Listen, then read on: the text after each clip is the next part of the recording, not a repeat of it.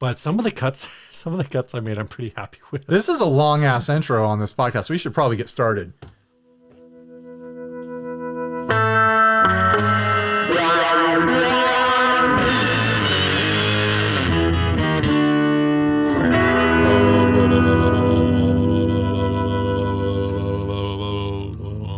You're gonna have to cut most of that because it's all secrets. I'm gonna cut all of it out, Steve. Good. We just wasted like 7 minutes of digital tape. Oh no! We've only got an hour and 24 minutes left on the camera over there, Steve. That could be a problem. We better skip the topic this episode. Okay, we won't do a topic this episode because we need to make sure we save time. This first ad was sent by Austin Hansen. And all the ads this episode are going to be from Sweetwater's Gear Exchange because they're leftover ads from our giveaway contest from last week. So all of you who tried to win last week, you got a shot. There's 3 more chances. You might win a $25 gift card at the end of the episode from the online retailer of your choice. So what we have here is an Italia, a used Maranello, for $500, $40.50 shipping. Red Sparkle Italia Maranello Classic. Maranello. That's how you say it. Body covering is peeling back in places, but has been glued and minimal cracks present. All issues are cosmetic and cannot be seen unless you are the player. Electronics have been cleaned and resoldered. Frets have been recently dressed and top finish polished. Plays and sounds excellent. What I think is interesting about this is like a $400 guitar mint. Is it? I don't know, but it's not $500. Look it up. I'll do my little rant here. You look up the prices of the Italia Maranellos. I will say it's pretty. These Italias are pretty hard to find, especially in this color. So my little rant is, I always admire Italia guitars when I see them. They always look just beautiful. Mm-hmm. The moto wrap on the back, the sparkle finishes, the weird pick guards, the weird pickups, and weird switching and stuff like that. But I've never seen one in like gigged hard condition. And that's what we're looking at here. There's all sorts of like cracks and little issues that happen when a guitar with these kind of plasticky appointments gets played. Yeah. Like the switch area looks like it's been knocked out and re-glued. And then there's cracks in the plastic pick guard. And then like the moto is starting to crack and peel away from the body up at the strap peg. Dude, I found this one on Reverb. They want $650 for it. What's the issue? Oh, they had to do a full reconstruction of the pick guard with. They moved apparently they broke the pick guard. Right. And so they moved the jack to like the lower bout. Whoa. Where it would rest on your knee. Is that a Strat jack? Yeah. Facing outwards. $650. So maybe. Is it backwards facing outwards? Steve, you put Steve, put screen grabs of that into it's so into the drop box or whatever. Is there a good shot of the side of that thing? Yeah. Okay, get it in there. Just put it Here, into I'll just go straight to that picture. Put it in the Google Drive. We have to show people. That's incredible. But yeah, I think this is really interesting to me to see how all these plastic parts are aging, because it has that really neat 3-dimensional acrylic, vacuum formed pick guard situation, and it's cracking. It's cracking around the pickups. And on that guitar that Steve found, the output jack has failed completely. So the output jack on these is like a reverse Strat jack. Right, it sticks out. What the? So they kind of. So probably the guy had the jack in it and probably stepped on the cable and it broke outward. Exactly. Good God. Did you know that's why Gibson uses plastic jack plates on Les Pauls and stuff? No. So it'll just break away instead of taking the entire body with it? Exactly. So the plastic will fail before the wood fails. That's fascinating. Is that real? That's real. No, that's real. Sounds like no, that's the real reasoning for it. That's the reasoning for it. Right. In the case of these Italias, the output jack is part of the molded plastic of the pickguard, so you're kind of out of luck if you break that thing. But $500, this thing still looks cool. Yeah, after seeing what I'm seeing on Reverb, okay, I take it all back. This is a great price. Is it a great price? It's definitely better than What's a what cherry I'm seeing. price? A cherry price. There's one that I haven't looked at yet, but it looks like maybe it's closer to cherry, and they're asking for 900. Yeah, I know. There might be some wiggle room on that 500. I don't know. That might just be the cost of this. I'm not going to look at all the pictures, but they're saying that it's in new like condition. Obviously, it's on reverb, so they're selling it as mint. I wonder, like, because believe it or not, I'm pretty kind to my guitars. They don't relic very much naturally while I'm playing them. Like this guitar, I'm getting the impression that it got roughed up a lot more than I would rough it up if I was playing it. And that's why it has these cosmetic issues. Here's the thing is I saw a few of these Italias. I saw a couple other ones that have this kind of separation. And I think it's just that because it's a moto wrap, that over time it's still shrinking. Yeah, that might be the issue. It might not be how you're playing it. Some of the other stuff, this pick guard, where it looks like somebody went to wanted to replace the 3-way switch or something, and went hard with too big of a tool. Yeah, they were probably trying that's what's happening there. Pull it out with the wrong thing and it cracked it up. These other cracks in the pick guard, they could be pressure cracks. It's hard to say. But $500 with $40 shipping is not a horrific price. You could technically pull off this pick guard and replace it with a pick guard you cut yourself. You're not going to have that 3-dimensionality to it. Yeah. But you could cut a flat pick guard to replace this pick guard if it really ever got so bad that it became non-functional. Or you could cut it, or you could have someone else cut it, and then you just do a more standard straight-in jack sort of situation. That moto pulling away, I have no idea what you'd do to address that. I'm assuming that eventually it would get worse and worse over time, and you either take it to someone to have them glue it and clamp it down, or you strip all the moto off the guitar eventually. Yeah. I mean, the person selling it says that it's been glued down. I would say like maybe, I guess you'd have to be careful with it because the neck is moto too. Because but it's a bolt-on, right? Yeah, so you take the neck off and then you go at this with a heat gun or push it back. Maybe just like a hair dryer, like so you're not going like full blast. Yeah. Or you just embrace embrace the crack. You embrace the charm of a natural relic on this thing. They are right, like from the front you cannot see this defect. Like you can barely tell it's there. You got to be pretty up close to it. You got to be right on top of this Maranello. It's a Maranello. It's a Maranello. I don't know. What do you think about this look? Like, not considering the damage? Not just this. This is. I think it's beautiful. I think this is one of the Italias that I kind of like brush off. I really like the Mondial guitar look, which actually is the bass that I have. Is the Mondial. I forgot you had that. Yeah, I got the white Mondial, which has like the Dan Electro rubber. Yeah. Wrap. The rubber baby bumper. Yeah. I got that from Grant. Oh yeah. Thanks, Grant. So I don't know. I like that guitar shape as well. This one's almost like, I think I appreciate the 3-dimensional stuff more now. But I remember at the time looking at this and actually thinking it was kind of a boring overall look. Yeah, it is, pretty close to almost a Les Paul sort of concept here, single cut. Whereas the Mondial has that like airline map vibe. Yeah. They definitely have some more exciting shapes from Italia. And if I was to buy an Italia, I'd probably go for one of those crazier shapes for sure.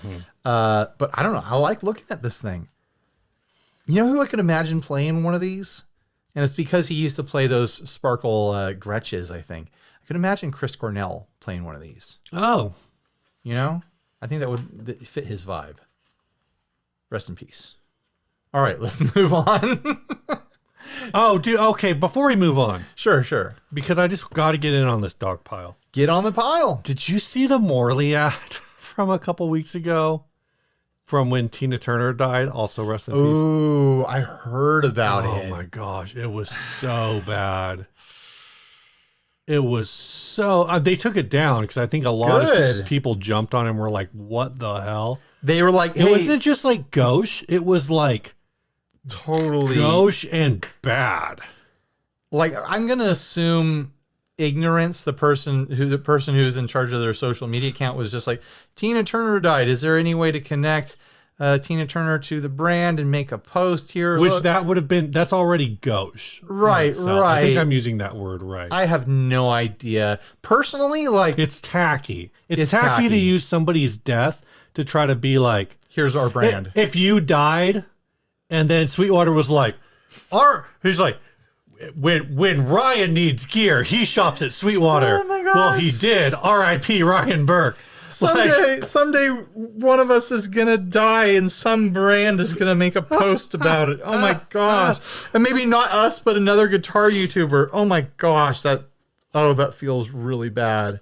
As long as they don't make a post where they're like promoting your abusive ex. Ryan Burke loves walrus pedals. Come check out my video for the new walrus da-da-da-da-da. I'm Henning. Also, like, R.I.P. Ryan Burke. It was super bad because they're like, Tina Turner, let's have a look at the Morley gear that Ike Turner used on stage. Yeah, and it was like 4 pictures, and it was just, this isn't even about Tina Turner. Yeah, this is about Ike Turner. It's about the why would you do that? It's about the husband who in the interview said, "Oh yeah, I like to slap around because sometimes she didn't want to go outside," or something like that. Like, it was insane.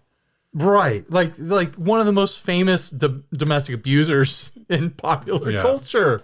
Yeah. And they're like, "Oh, this person died. Let's talk about their abuser's gear." Yeah. Which happened to be from our brand. Hey, brands, piece of advice. If a musical icon dies, you don't have to make a connection to them. If you appreciate them, just say R.I.P. Yeah, just say R.I.P., post a picture. Like, we appreciate this person's music. Sad to see them go. You don't have to connect it to your gear. You don't have to connect it to your brand. You can act like a normal human person. Like, something that, like, I always feel kind of like weird about talking about deaths of people that we either appreciate or know on the channel, because it doesn't feel like it's on brand for us. It feels like it would be like weirdly forced or something, to the point where, like, when Dick Dale died, I didn't make any content about that. I didn't make a video about it. I didn't make any posts. It was like R.I.P. Dick Dale or whatever. I don't think I made any like Instagram posts or anything like that. Right. I was like, I was having my own moment. I was like, I'm just gonna like kind of quietly on my own self-reflect and think about, this person that I appreciate. And Ryan, that's why this channel is not as successful as it could be. When Dick Dale died, you could have used that as an opportunity to promote the video that you made for the Stratocaster that you've refinished in gold sparkle. Right. But then, like, obviously, I don't want to seem like I'm throwing shade at other channels, because it was an opportunity to talk about, someone who's a musical great. Other channels who, for as far as I'm aware, never covered surf guitar, were all of a sudden like, "Oh, here's a Dick Dale lesson." Oh, really? Oh, here's the gear of Dick Dale. And it's like, there's something about it turned my stomach a little bit. No, it's a little odd. That's a me thing. That's me feeling sensitive about that. And there's plenty of things that we don't, take seriously and don't treat, delicately, that we should. We've definitely ham-fisted. Oh yeah, lots of things. So I'm not gonna pretend that we have any sort of moral superiority over anyone, but like that was like my own personal journey, my own personal, like, oh man, that feels too far for me for some Remember reason. when we lost a sub because we listened to Rush's 2112 the week that Neil Peart died? Oh, did we? Yeah, that was back when we were doing the album of the week. Did he die before we recorded? He died like, I think like a week or two before we recorded that. I probably didn't even know. And we did it, and we were kind of like, yeah, this album's okay. And someone was like, took it personal. Took it very personal that we were like trashing on Rush in this very sensitive moment. We probably didn't even know. I knew about it. It was like 2 weeks. I was like a week or two prior, and it was kind of whatever at that point to me. Did we weren't like super fans? Did we ever mention him by name? Because I'm pretty sure he wasn't the thing that we were making fun of. We were making fun of Geddy Lee Scout voice. I don't even think we really like made fun of it. We just said like, oh, this is the front end of it was really weird, and the pop half of it is good, but like I don't like what's the I don't deal? even remember. Remember when we used to cover albums? Yeah, that was cool. There was like a whole year of us like listening to albums. That was so much work. That was actually a lot of work. It was a lot of work because I would get to midday on a Wednesday and be like, oh shoot, I haven't listened to the albums, and then I'd have to listen to 2 full albums and make notes before Steve came over to podcast. Yeah, no, that was real labor intensive. All that to say, if you want to support the making of this program, head on over to patreon.com/60cyclehumcast. Things that your money goes to pay for is we do the Adventurer Club in 2023, where we take the top ad of the week and we send them a $25 gift card to the retailer of their choice. That money doesn't come from nowhere. It doesn't come from outer space. It comes from you guys. Yeah. It is funded by the Patreons. Also, we use it for travel. Yeah, we're going to Gear Fest in about a week. Now, let's be fully honest. Sweetwater's paying for the air and the hotel. But we got to buy food still. We got to buy food. We're going to be getting drinks and buying drinks for our friends and stuff like that. We're going to be getting food. If I was smart, like that. We're probably going to get Ubers around town. If I was smart, I would just not eat the entire time or drink. I would only eat and drink things that people bought for me. I would lose so much weight, but I might also die. I don't know. That Sweetwater cafeteria has got a lot of calories in it. The Sweetwater cafeteria is free.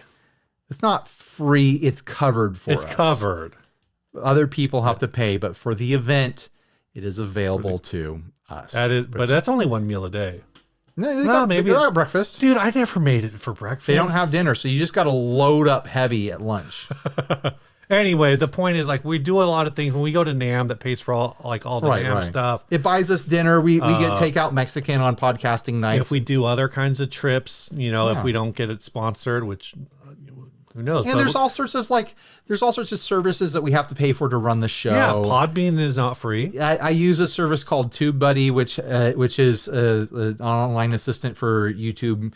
It's a little widget thing for YouTube that helps me with various things. Like, we have all sorts of services we pay for. Can you guys believe Ryan pays for like an artificial intelligence helper with these YouTube videos, and they're still this bad? It doesn't make the videos. It helps me with keywords and stuff. ChatGPT, script this podcast. All right, but anyway, head on over there for as little as $1.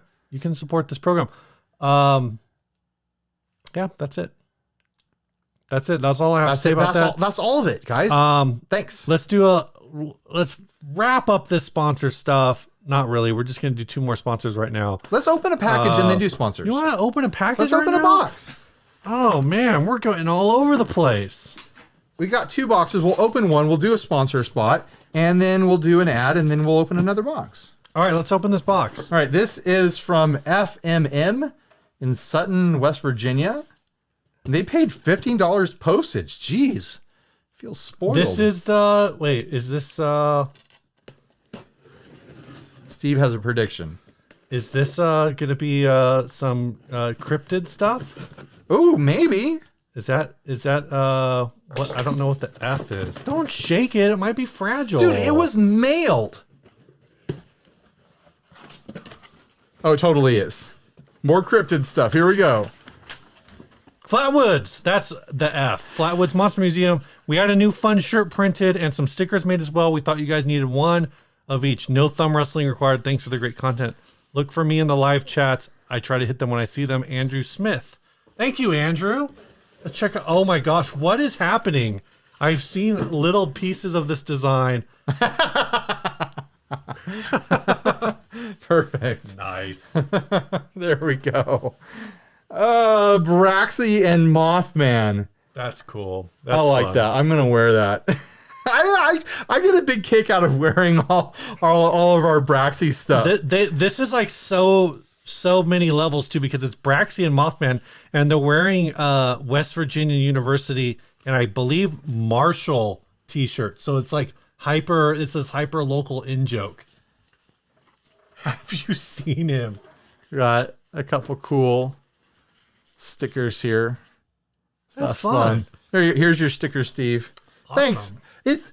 It's fun for me to say, like, oh yeah, the podcast has been unofficially adopted by a cryptid, A monster museum. by a monster museum. I really like it. It brightens my day every time. All right, let's talk about the sponsors. All right, this episode is brought to you by String Joy. They make strings. All right, next sponsor. The sponsor is brought to you by Whoa! Whoa! They don't pedals. just make strings. They actually make the strings. They have their own machines, Steve. You didn't even want to read the copy on the back of the box like you normally do. Drafted in Nashville, No, it's too Tennessee. late. It's too late. Go buy yourself some String Joy strings. We've got an affiliate link down below. It gets you 10% off when you use code HUM. And it shows String Joy that our marketing works. And you're going to get strings out of it. They're great strings. They're not bad strings. They're strings. Like, I use them and they feel great. They sound great to me. They're strings, guys. Right. You need strings. You can order custom sets on their online set builder. They're strings. You need them. Use our link. Ryan, tell me about this pedal from Chase Bliss. That is the new Mood. That is the Mood Mark II. It's got higher resolution and fidelity and smoother action across that. Did you clock say it has knob. higher resolution infidelity? It has this. This pedal is an adulterer. This pedal will cheat on its wife What? to make your tone so cool. Head on over to chasebliss.com. Get on their mailing list so you can find out about cool deals. I bought a Mood Mark I for 30% off because I found out about it through the mailing list. There you go. Steve's spending money on stuff from our sponsors. What goes around comes around. That's actually what I did too. I spent money on this. You bought that. I did. Come on. We both bought Moods from Chase Bliss, from our sponsor. So huge thanks to Chase Bliss for continuing to support this program so we have enough money in our bank accounts to buy their pedals. All right, let's do an ad. This ad is called Moxy Guitar. Oh, it's got Moxy, all right. It is sent by Cheeb's God. Now, Used Moxy Guitars Moxy Les Paul copy. This is a Les Paul copy that I built about 10 years ago. It's wired with Gibson 57 and 57 plus pickups. This thing screams as much as any real Paul. I don't think I've ever heard a Paul scream. I've heard them yell angrily. Hey, get off my lawn. Okay, Mr. Paul.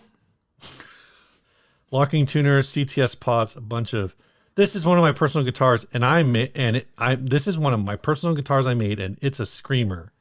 So if we had folders of genres of guitars that we see on this show that are sent to us, various ads and stuff like that, we would have a full folder of guitars that just have like furniture rivets in them.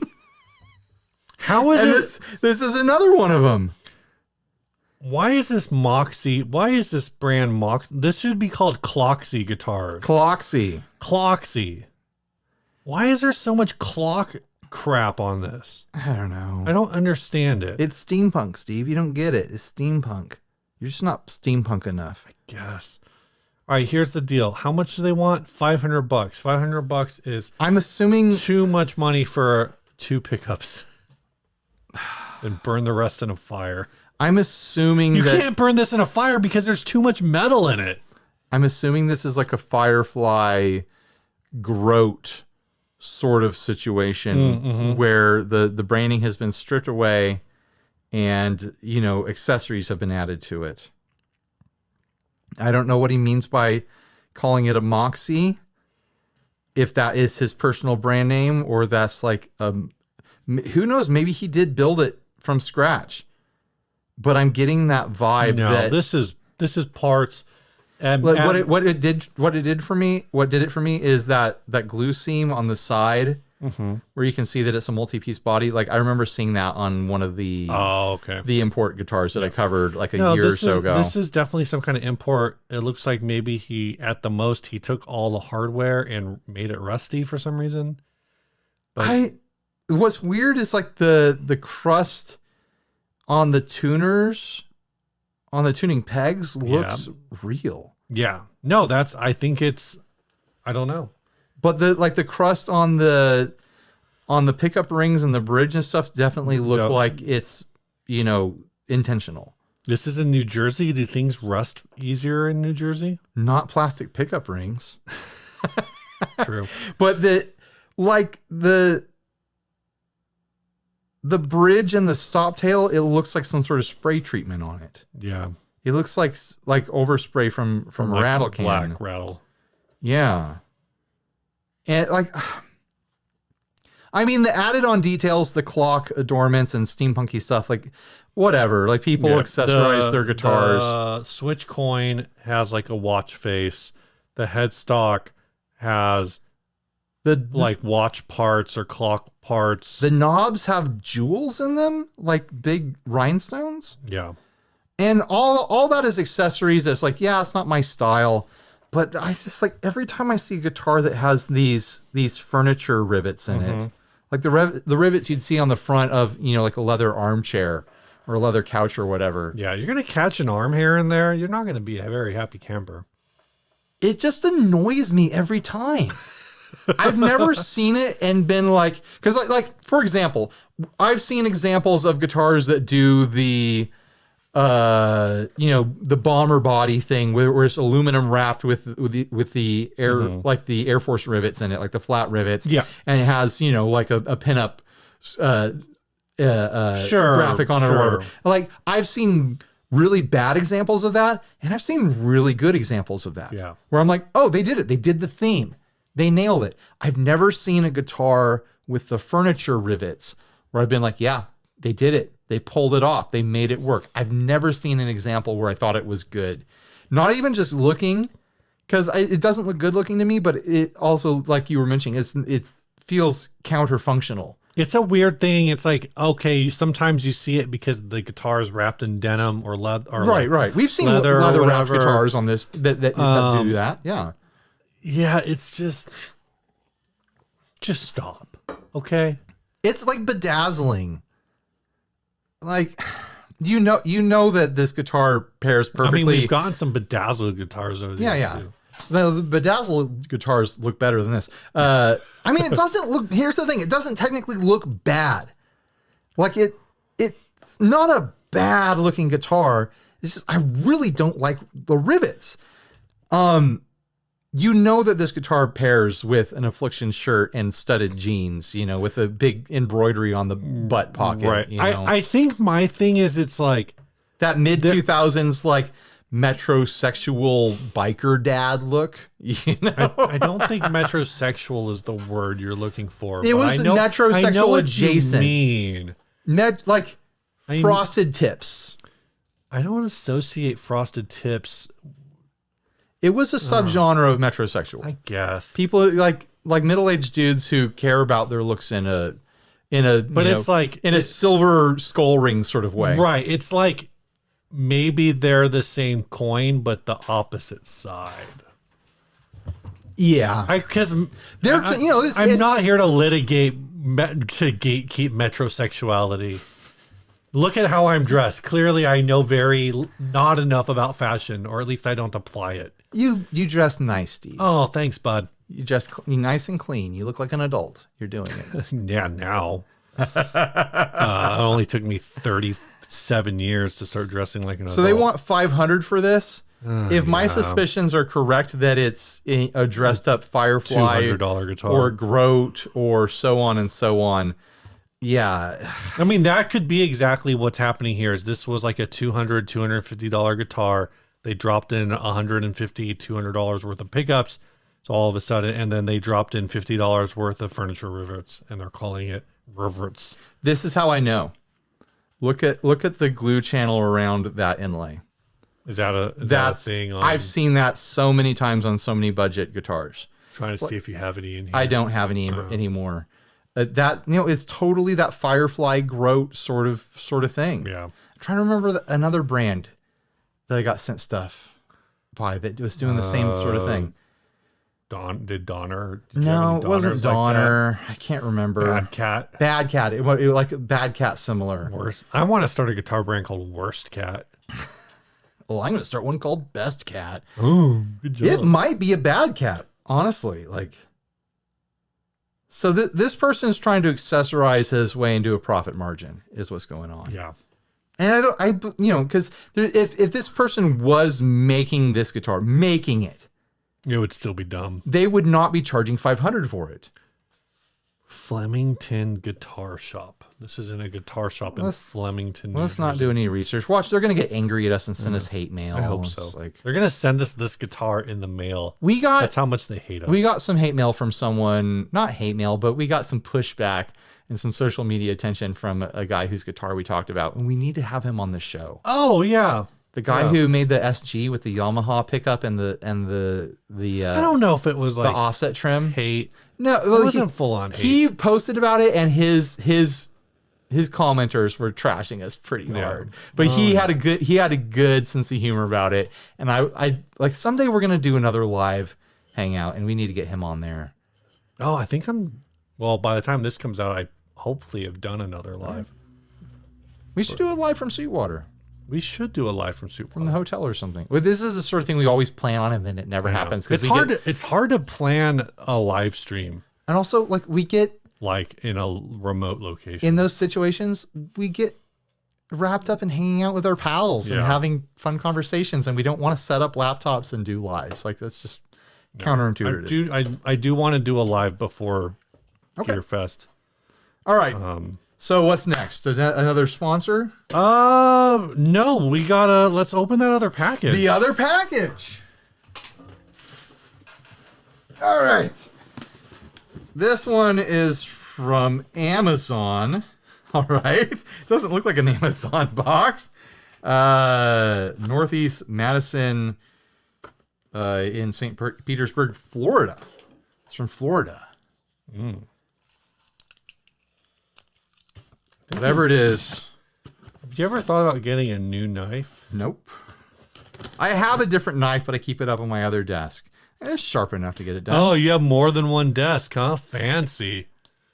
And more than one knife. Wow. I've got my filming desk, and then I've got an editing desk, because there's not a I computer in know. here.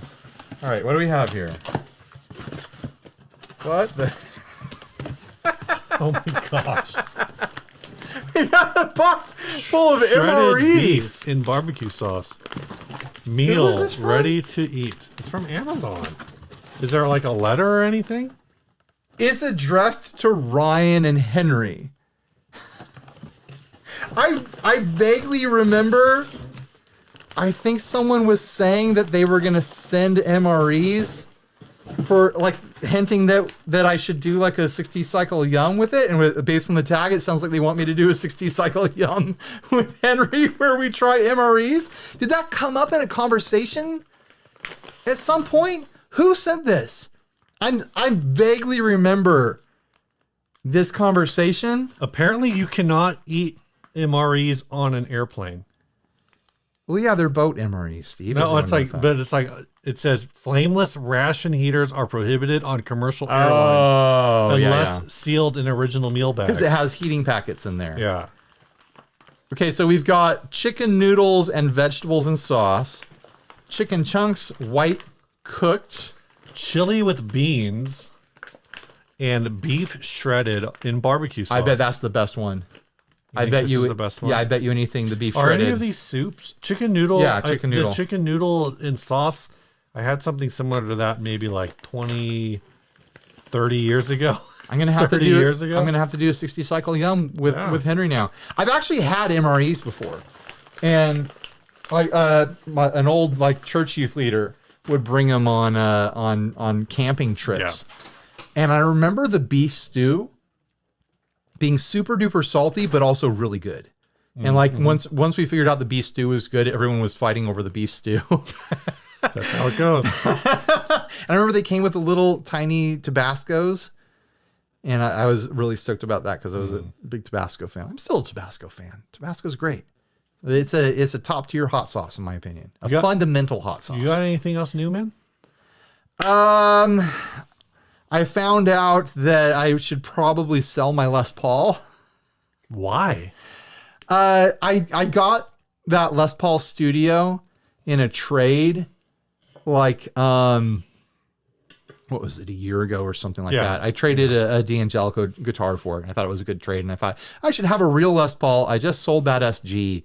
Let's have a real Les Paul so I can have a frame of reference to compare it to other Les Paul shaped objects that I get in. Right. And then after I got it, abruptly, I stopped getting sent Les Paul style guitars. Like it's like that. And you think that's why? No, I think it was just like, oh, I worked through all these, these import brands that wanted to send me Les Paul style guitars, and there weren't any more left to send me. But I kept it around just so I can have a Gibson style guitar around. And I used it at band practice a week or so ago for Vulture Shock, which is my Gen X, midlife crisis band. I'm in. And oh boy, does that thing have a lot of low end.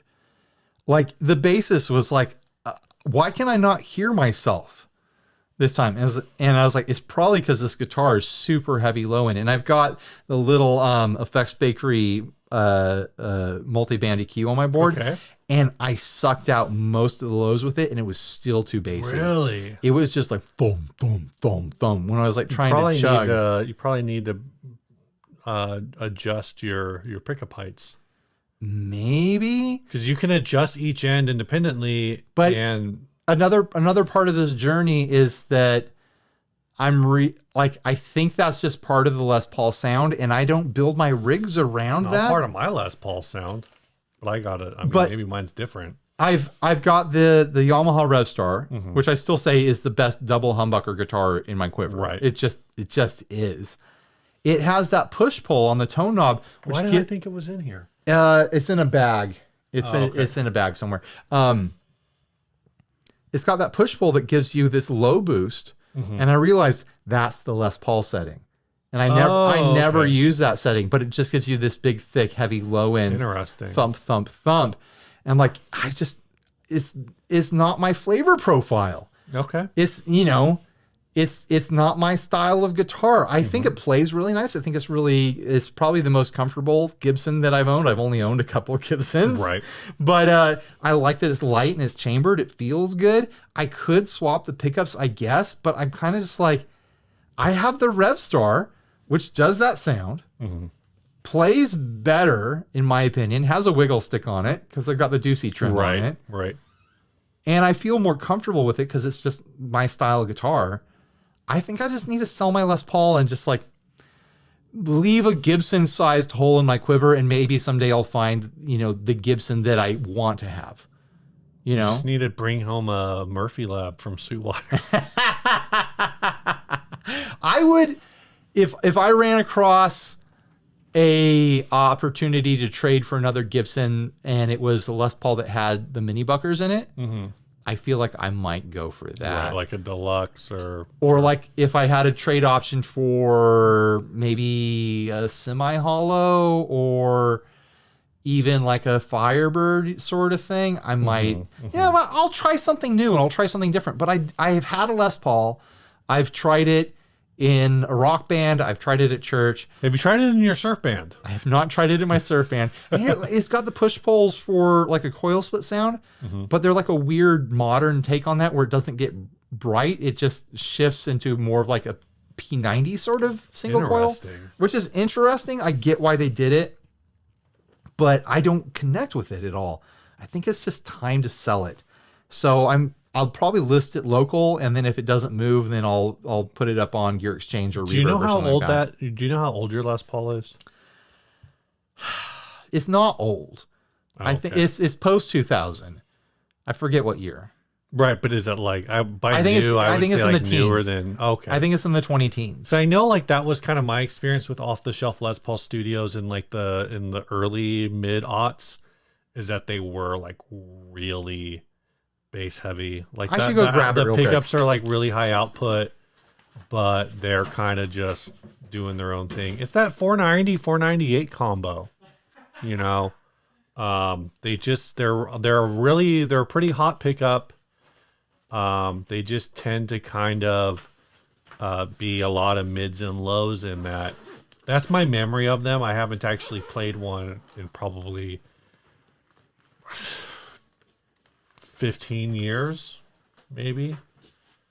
And so I think, depending on the output, So that's it. That's what we're talking this about. is a pretty lightweight. No, it's nice and light. It's chambered, and it has kind of a hollow feel when you're playing it. And I like the feel of the neck. Like what I've learned owning this is that I actually really appreciate the Gibson neck feel. Like I feel like Gibson has a very unique and specific flavor to their necks that I haven't gotten from any other guitar, even guitars that are trying to be Les Pauls.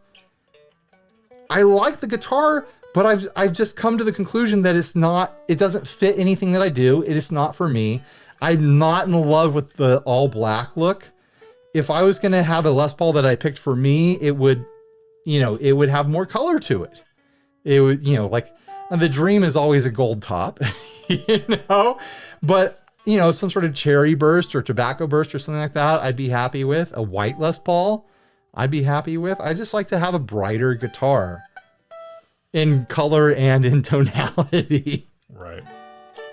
But it's a good guitar. Yeah, the neck on this it feels a lot like my studio. So.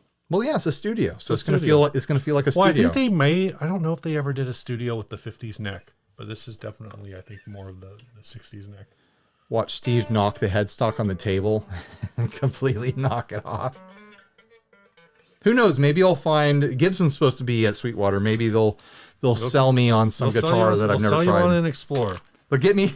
I already have 2 Explorers. I don't need another Explorer in my life. I'm not playing the 2 that I have. Keep the mic running, Steve. Oh, sorry. I'm looking up your serial number right now. I'm trying to see if I can figure out. It was 234500071 was the serial number. But it's okay. 2 is the second carved top stamped on the 4th day of 2005. So 2, 3, 4. So I think maybe 2010.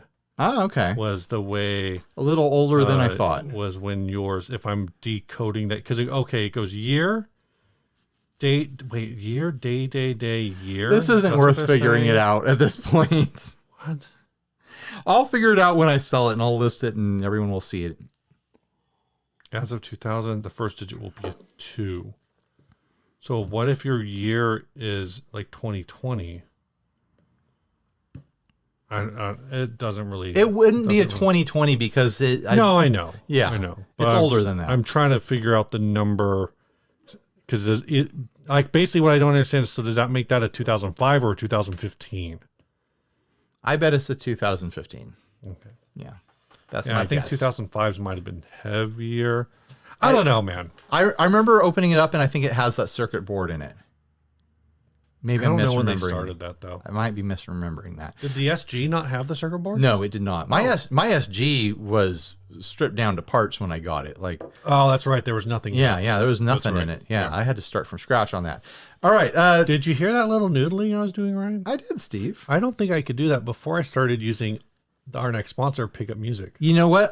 You've been playing, sitting around tonight since you got here. And I've legitimately noticed the difference. Steve is playing. I'm playing stuff that I've never heard him play before. It's so sad. Oh, I played a pentatonic on purpose. No, like blues noodling and stuff like that. There's so Pickup Music, our sponsor. They have thousands of lessons on their website. And the thing that I found for me is I've talked about this before. It gave me it gave me a directed approach. Where I'm sitting down and not trying to learn a song off of some random tab on Ultimate Guitar, which is a way to learn. No, totally. All ways to learn are valid. But what it was like, here's what the stuff I'm doing right now is literally like, here's all the notes that make up the lesson for today. Here's the order we're going to play it in. We're going to play up. We're going to play down. Now, one of the things that's cool on the application day, because I'm doing the caged method series, and on the application day, there's one section where you're playing with the instructor. It's not air quotes instructor. It's their actual knowledgeable guitar people who do online lessons. And they do a 2-3 minute video that's like an out of time back and forth. and then they do one that's in time, and it's like it's riff trading. So it's really cool. So it's like basically the out of time one, they have you strum a chord, and it's just like strum a chord, and then you have like, so it's like strum a chord for 2 beats, and then you have like 6 beats to like fill with like a lead.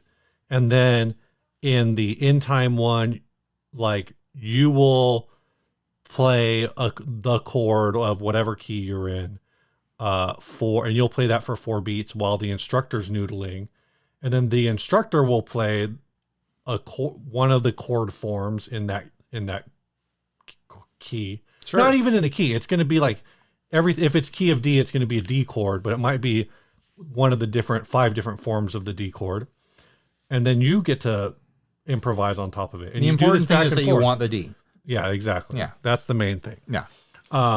So it's like a really directed thing, and then of course, like, oh wow, I improvised really good 2 times, and 2 of the times were like really bad. Well, what do? You just play the video again, and you're practicing it again. And some of this is like, it's like kind of obvious. Like in my head, it's like, this should be more obvious. I could do this with a looper, but I don't. Sometimes you don't have. It's like you just need to have something shown to you in a way that that you need to be shown something in a way where it clicks. Like there's all sorts of things that there's things that I've learned where once I learned it, I realized like, oh, this is what people have been trying to teach me, but I needed to hear it in a very specific way for it to actually connect. And I'm getting the sense that, I mean, I'm having the same experience with pickup music, is that they present stuff in a way that like, oh, I get it now. Yeah. Like they do a really good job of that. Like Steve and I are both on a learning adventure with pickup music right now. It's been an excellent sponsor. Yeah. If you want to get on this learning adventure, you can check it out for 2 weeks for free. Yeah. Again, thousands of lessons, all kinds of levels. They say it's intermediate to advanced. So it's like, you do have to actually be able to, like for Caged, you had to be able to play the 5 open chords and play some bar chords. Okay. So when they say intermediate to advanced, my experience so far is like, say you're at a pizza party. Yeah. Hey, we got a pizza for the kids. Oh yeah, there's a cheese pizza here. And then every other okay, next one's pepperoni. Okay, now it's getting a little bit more advanced. Pepperoni and olive. All right. And then the next one is like just anchovies and habanero peppers, and just like they get more and more complex and challenging as you go down the pile of pizza boxes. It spends a lot of time on some heavy duty stuff I wasn't prepared for. Right now, I'm probably at like pepperoni and olives. I think that's where I'm at. I've tried to skip ahead and you went straight to like, it's not even anchovies. It's like, no, this is it's blue cheese and alligator meat. It's this is pizza. This is balut pizza. Right. No, you can check it out for 2 weeks if you like it. It's $15 a month. I think it's a really great resource to have. They're coming out with new lessons all the time. The instructors. You said you went to the theory. The theory, yeah. I forget who the theory instructor is. My instructor for Caged is Dr. Molly Miller. Mason Stoops does some like tone crafting pedal stuff on there. I want to check one of those videos out. Yeah, that sounds fun. Just because I'm really interested on what that content looks like. They have a lot of other folks who are like in the top of their games and their genres who are really good teachers too. So check it out. Use our link down below to help show them that marketing works. 360 Cycle Hum, and get that free 2 week. Check it out. See if you agree with us with that 2 week preview. You can see all the stuff. You can go in there and you can judge it. And you can tell us if we're wrong. You can be like, Ryan, all this stuff is easy peasy. I went through all the grades and I understood it all. I don't know why you're so far behind. And just like dig into me in the comments. I'm here for it. I took the how to shred lessons with Pliny and I didn't learn anything. Right. I should be teaching lessons. That's what you'll tell me in the comments. Like, I should teach lessons because I know more than this. Cool. Like, go check it out. Let me know what you guys think. Is this a good program? Because I'm impressed with it. And Steve is learning things. Yeah. It's incredible. Steve is learning. I learned how to do a thing. This episode's also brought to you by Big Ear Pedals. This is a woodcutter. It sure is, Steve. What is a woodcutter, though? Woodcutter is a rat. It's a rat style pedal. And in my opinion, and I think in Steve's opinion as well, it's the best one. It's the best rat. It's my favorite rat. I have all sorts of rats around here. I have a rat that sounds like a bunch of rats. I like the way this rat sounds, and the rat that sounds like a bunch of rats doesn't sound like this rat. I've got another rat. It lives underneath my shed. If you want to find out, I can recommend some really good traps for you. If you want to learn about when these are in stock, Big Ear Pedals is a 2-person operation. They build in batches and then they put them in stock on their website, and they tend to go really fast. So you want to follow them on Instagram. You want to get on their email. So head on over to bigearpedals.com to find all the links to those social media outlets, connection points. Yes. All right. You ready to do this last ad? Last ad, Steve. We didn't even have a topic, and we didn't even need it. Well, the first 6 minutes of this you're going to delete. So. That's actually true, huh? This is going to be a short episode unless this ad goes long. This ad was sent by... Oh, yeah. It was like their email address. Joaquin P. Mercado. Right. It's like Joaquin, but like with Joaquin an L. Mercado. Joaquin. Joaquin Mercado. We can't say your name. I'm so sorry. Alvarez Tri-Force electric guitar pickup, black with covers. That's really all there is to say. Apparently, these were used on the Alvarez Dana guitars, and this is a rare OEM that was previously installed. Are you going to look up to see if this is in original shape? I'm going to look up the Alvarez Dana. Oh, the Alvarez Dana is like a classic 80s shredder. I don't know if I've seen one with these pickups on it, but I am somewhat familiar with that model.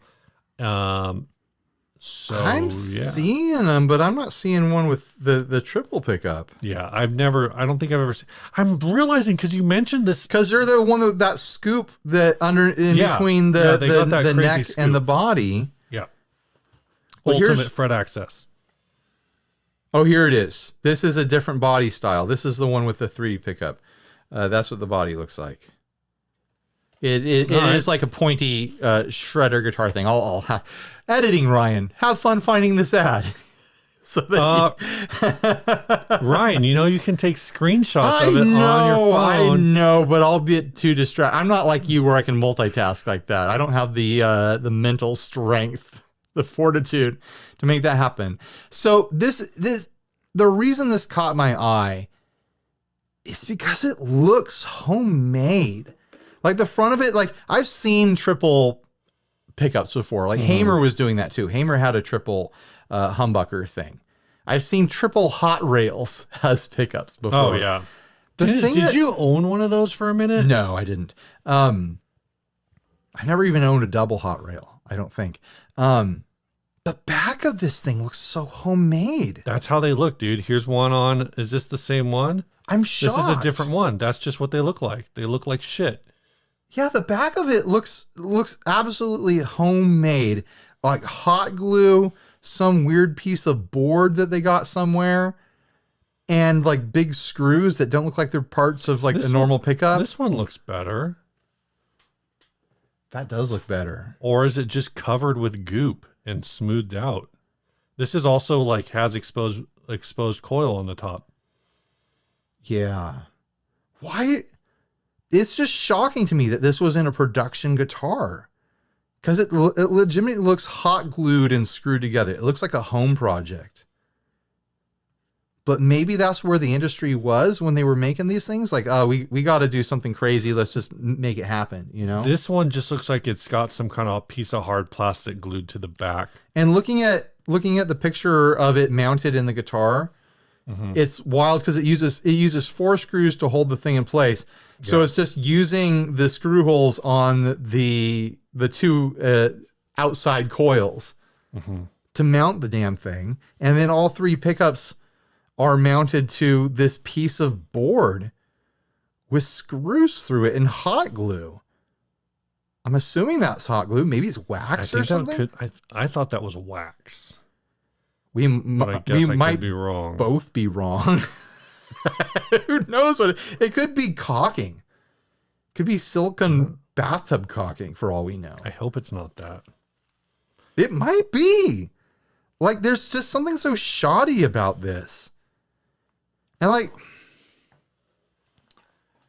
I don't know, maybe Steve, maybe you can explain the point of a triple pickup to me, because Unless Oh, I don't know. It's just hot, hot, hot, I think. it's outputting hot.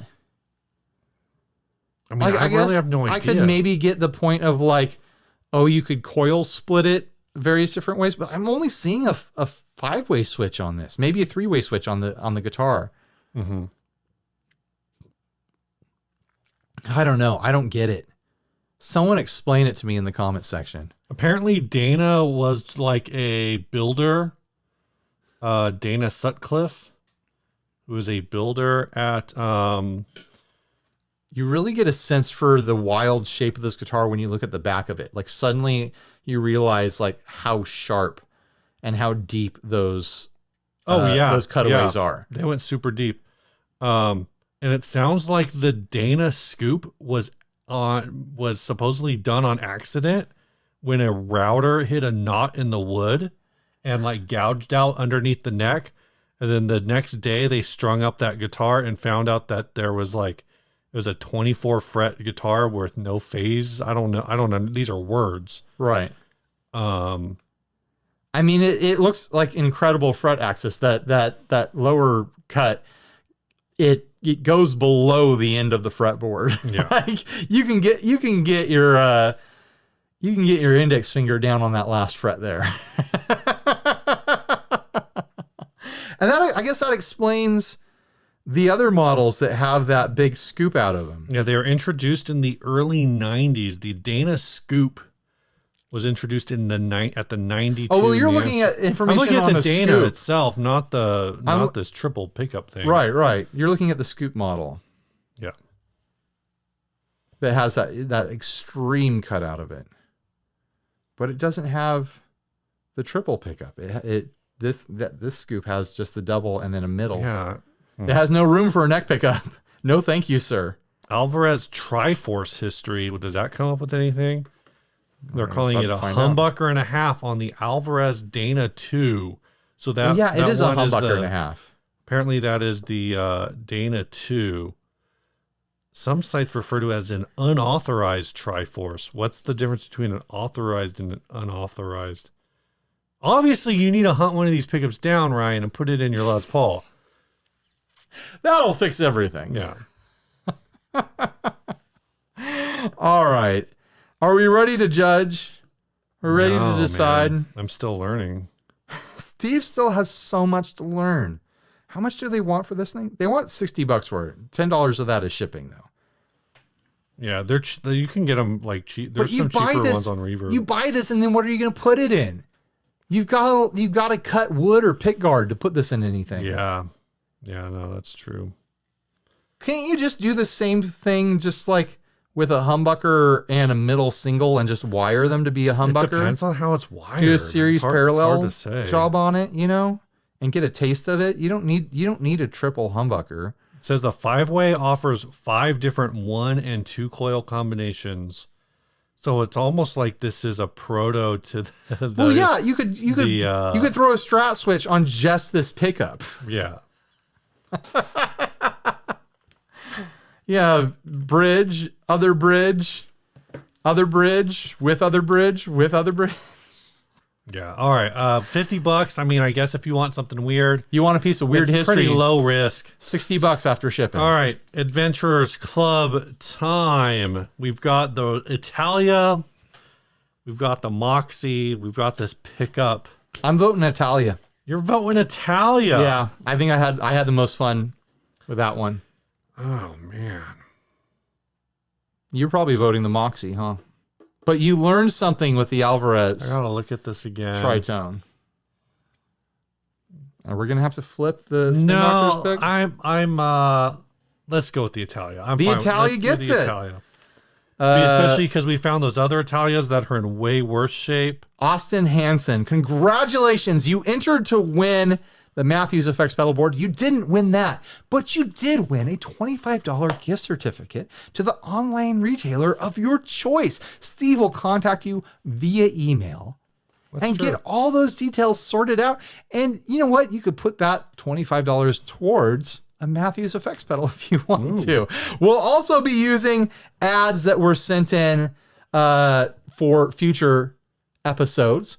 And, every single episode this year and maybe beyond this year, we're going to do the $25 gift card thing. So everyone still has a chance to win. Everyone who tried to enter that Matthews thing still has a chance to potentially win a $25 gift card to the online retailer of their choice. Ois. All right, tell us about the song, Steve.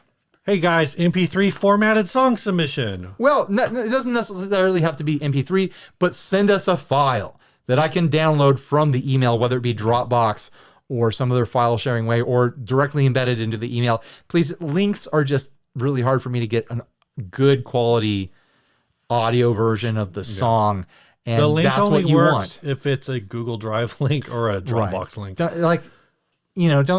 You can, but don't send me your GarageBand or, a link to your Spotify or something like that, a SoundCloud. Sometimes I can't even get SoundCloud or Spotify to work on my phone. Right. Doesn't matter. If you made a video for it, send us a link to your YouTube video and we'll watch it. But also send us the file. Well, I will have to pull. If you send the video, I will try to pull the video. But also just send us the file. Send us the file, please. Just send us the audio file. Anyway. I know that you have the file. How could you not have the file? It's your song.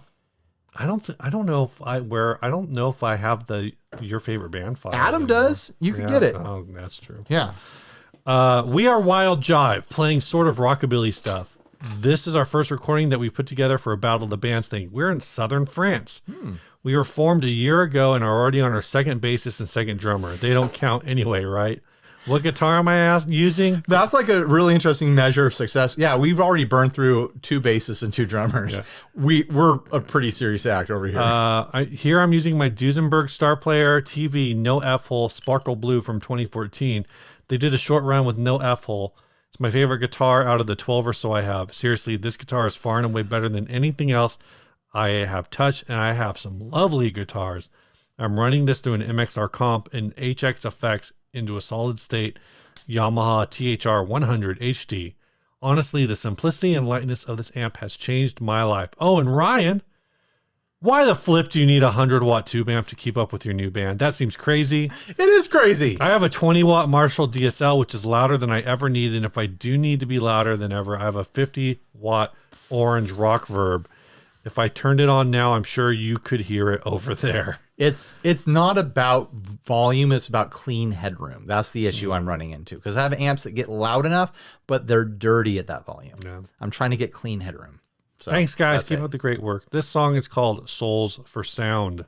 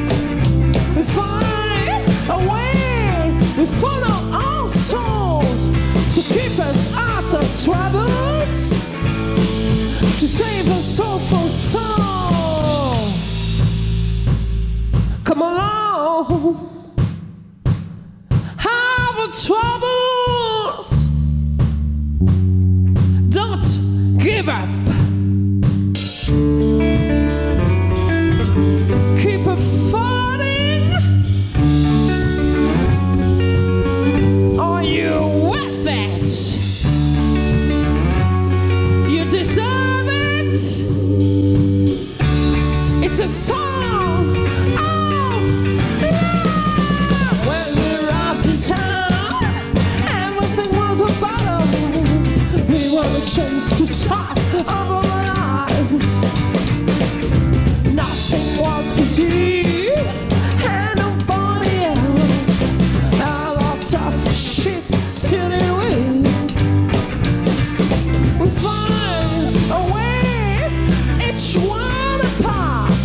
to keep us out of troubles, to save us soulful souls.